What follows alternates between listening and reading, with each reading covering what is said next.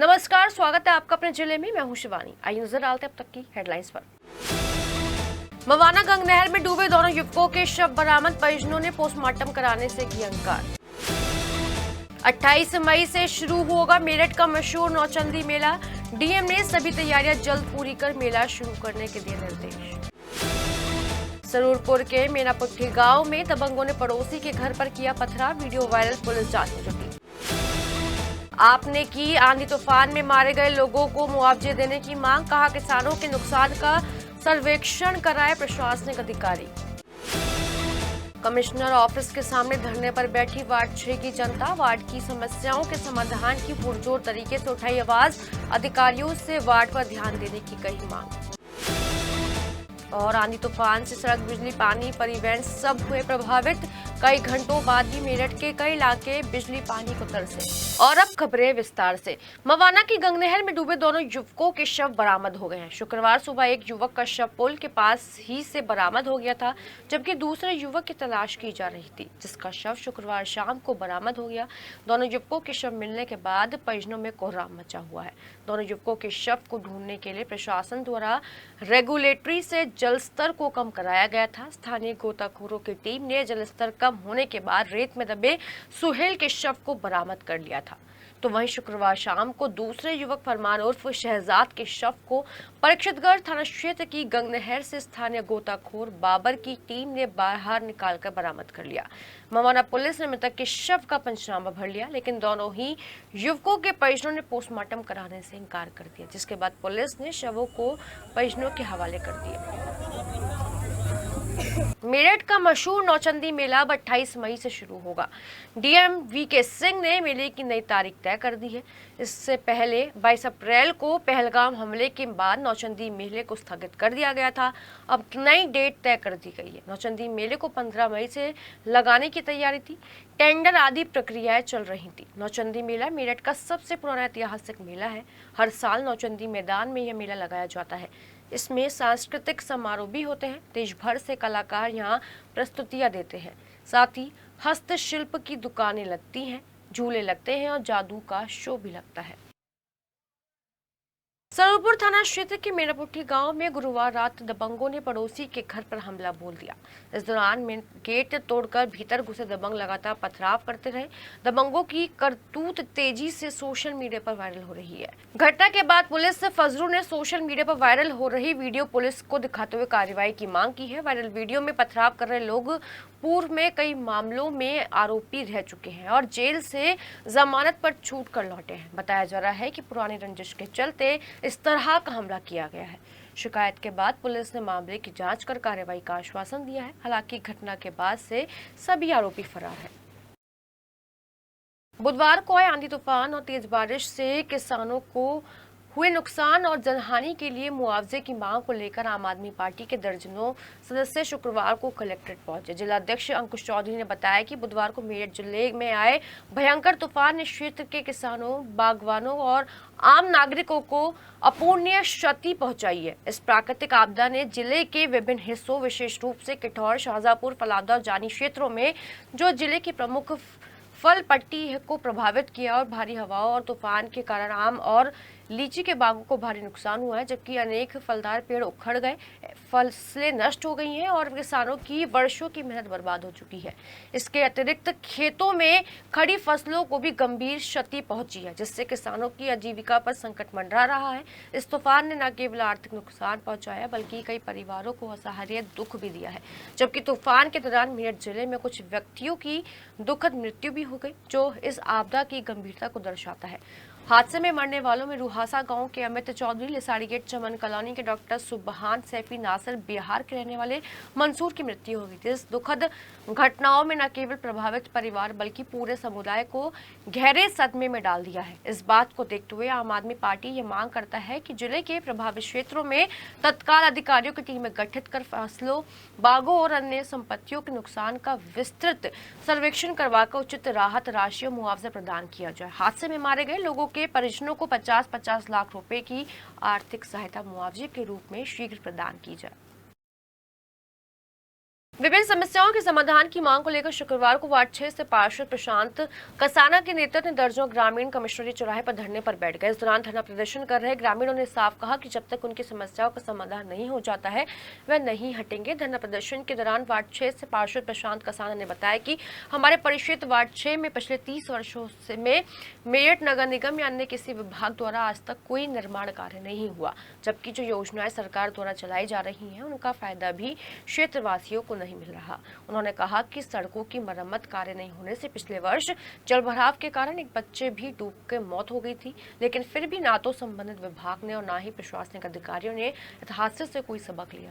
धरना प्रदर्शन कर रहे ग्रामीणों ने बताया कि क्षेत्र में पानी की सप्लाई करने वाली पाइपलाइन जगह जगह से क्षतिग्रस्त है, जिसके चलते क्षेत्रवासियों को पानी की किल्लत से जूझना पड़ रहा है, जबकि जल निकासी के लिए रेलवे लाइन के नीचे से पुरानी पुलिया के नव निर्माण कराना बेहद जरूरी है। इसके अलावा क्षेत्र में स्ट्रीट लाइट बंद पड़ी है, जिसके चलते आए दिन क्षेत्र में हादसे होते रहते हैं। वहीं ग्रामीणों का हंगामा बढ़ता देख मौके पर पहुंचे प्रशासनिक अधिकारियों ने ग्रामीणों को समझा बुझाकर शांत कराया और क्षेत्र की समस्याओं के समाधान का आश्वासन दिया। इसके बाद ग्रामीण मेरे यहाँ कुंडा में शंकर नगर मोहल्ला है, कम से कम लगभग 35 सालों से हमारा गांव नगर निगम में है।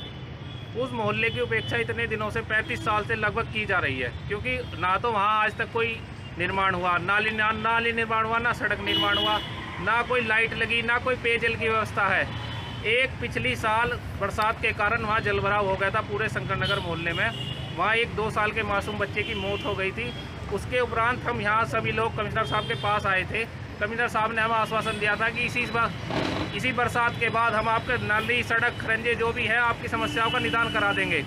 परंतु नाला तो बना, परंतु उस नाले की आज तक चालू नहीं कर पाए, क्योंकि वहाँ रेलवे लाइन है। रेलवे लाइन के नीचे किसी पुलिया जो थी, जिसमें हमारे लोगों का, सभी लोगों का, पूरे 6-7 गाँवों का पानी जाता था, वहाँ वो पुलिया बंद, रेलवे वालों ने बंद कर दिए। कई बार संघर्ष करने के बाद मैंने उसमें कई बार अधिकारियों से, रेलवे अधिकारियों से भी मिला, उनसे भी बताया कि ऐसे ऐसे मामला है, जहाँ जल भराव हो रहा है, बहुत ज़्यादा दिक्कत परेशानी हो रही है।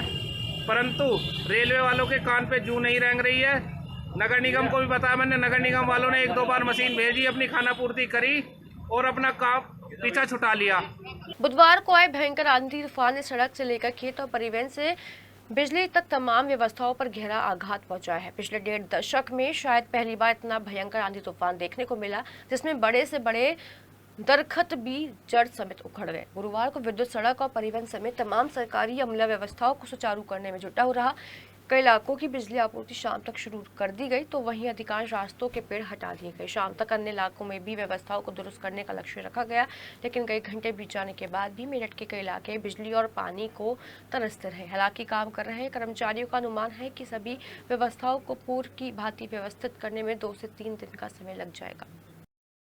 पूर्व सैनिकों, शहीद और दिवंगत सैनिकों की पत्नी और उनके आश्रितों की समस्याओं के निराकरण के लिए जिला सैनिक बंधु की मासिक बैठक एडीएम सिटी ब्रजेश सिंह की अध्यक्षता में कलेक्ट्रेट सभागार में आयोजित की गई। बैठक में एडीएम सिटी ने निर्देश देते हुए कहा कि भूतपूर्व सैनिकों, उनके आश्रितों के लंबित मसले, खासकर जमीन के विवाद का एक निश्चित समय में निस्तारण करने की बात कही। उन्होंने राजेंद्र सिंह के जमीन से अवैध कब्जा हटाने के लिए निर्देश दिए। अन्य मामलों में भूतपूर्व सैनिक रामशरण सिंह के स्कूल को मान्यता दिलाने, प्रवीण के खसरा में त्रुटि का मामला, प्रेमपाल सिंह का खेती के विवाद का मामले में आवश्यक कार्रवाई के निर्देश दिए। इसके अलावा पुलिस संबंधित मामलों को त्वरित निस्तारण करने के भी निर्देश दिए गए। मध्य प्रदेश के भिंड से लाखों की कीमत के बिजली के तार चोरी करके लाए गए और उन्हें लसाड़ी गेट के समर गार्डन में शाहिद ताहिर के गोदाम पर ठिकाने लगाया जा रहा था, जिसके बाद कार्रवाई करते हुए पुलिस ने मुखबिर की सूचना पर छापा मारकर 6 आरोपी गिरफ्तार किए गए।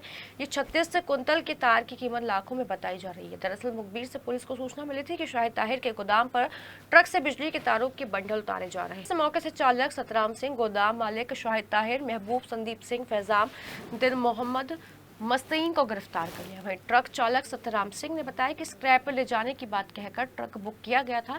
वहीं SP city IG Vikram Singh ने बताया कि जो बिल आरोपियों के कब्जे से मिले हैं उन पर बिजली के तारों का कोई जिक्र नहीं है। ये तार मध्य प्रदेश से चोरी किया गया है, जिसकी जांच की जा रही है। पूर्व अंतर्राष्ट्रीय हॉकी खिलाड़ी प्रमोद बाटला ने शुक्रवार को सनातन धर्म इंटर कॉलेज सदर के मैदान पर भविष्य में हॉकी को लेकर प्रेस वार्ता की, जिसमें अंतर्राष्ट्रीय पूर्व हॉकी खिलाड़ी ने मेरठ से जुड़े हॉकी खिलाड़ियों को और बेहतर बनाने के लिए अपनी बात रखी। उन्होंने कहा कि जनपद के काफी समय से कोई हॉकी खिलाड़ी भारतीय टीम में नहीं निकला, इसलिए हॉकी संघ को भी अपनी जिम्मेदारी देखते हुए हॉकी लीग करवाते रहना चाहिए। उन्होंने कहा मेरठ में प्रतिभाएं तो बहुत है, परंतु संसाधन की अनदेखी से बच्चों की प्रतिभा को निखारने में कमी आई है। लेकिन अगर स्टेडियम एसडी सदर एवं एनएएस कॉलेज में खेलने वाले खिलाड़ियों पर काम किया जाए तो भविष्य में बेहतर परिणाम देखने को मिल सकते हैं। उन्होंने कहा कि पहले के समय में 12 सेंटर आर्मी के हुआ करते थे, उसके अलावा अनेक हॉकी के क्लब हुआ करते थे, लेकिन समय के साथ काफी कुछ बदलता जा रहा है, इसलिए समय आ गया है कि हम सभी हॉकी खिलाड़ियों पर काम करेंगे। प्रेस वार्ता के दौरान प्रधानाचार्य आदित्य प्रकाश सक्सेना, उप प्रधानाचार्य Arun Kumar Garg, hockey coach Pradeep Chanauti, hockey प्रशिक्षक जोगिंदर सिंह, रजनीश कौशल, कपिल कांत, हॉकी कोच ज्ञानेन्द्र सिंह, अरुण चौधरी आदि मौजूद हैं। बच्चा 10 साल हॉकी के फर्स्ट हूँ जो किसी भी स्पोर्ट्स में मेरठ के लिए हॉकी खेला, इंडिया खेला। 1976 I played for Lahore, Quaid-e-Azam. Then I played 78 Asian Games. I'm a silver medalist from there. I attended 2 Olympic camps. I used to play for Railways. उनको 4 साल नेशनल विनर बनाया और अभी भी हॉकी इंडिया के लिए high performance manager काम किया। अभी भी बहुत बच्चों को हॉकी के ट्रेनिंग प्रोग्राम भेजता हूँ, सपोर्ट लेवल भेजता हूँ।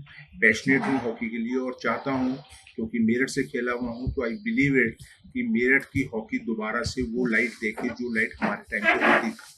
मेरठ में बहुत हॉकी थी, स्टैंडर्ड बहुत ऊपर था और वो सब कुछ किया जा सकता है। मेरठ में टैलेंट की कमी नहीं है, मेरठ कह रहा हूँ टैलेंट भी बहुत ज़्यादा है, लेकिन टैलेंट को ग्रूम अप करना, उनको टर्फ ग्राउंड पे ले जाना, उनको ट्रेनिंग प्रोग्राम करवाने, उनके लिए सपोर्ट लेवल देना, वो हमें एक कोर टीम बनानी पड़ेगी जो कोर टीम उस लाइन पे काम करे। And we should start doing work on this.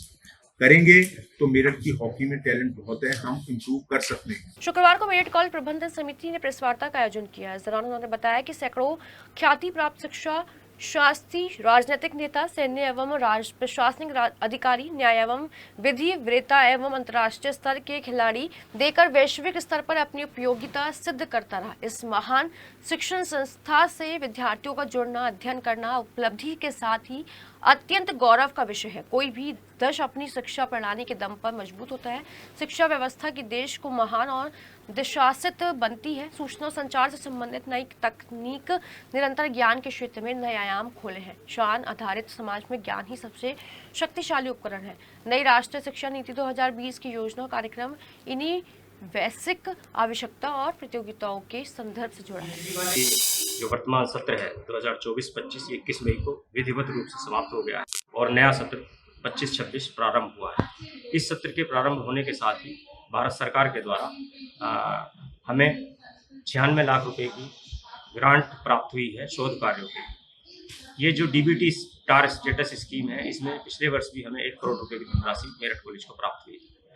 हमारे यहाँ इस वक्त 87 छात्र फुल स्कॉलरशिप पे केंद्र सरकार की शोध कार्य कर रहे हैं। इसके अलावा प्रदेश में सबसे ज़्यादा शोध प्रोजेक्ट भी मेरठ कॉलेज में ही संचालित है।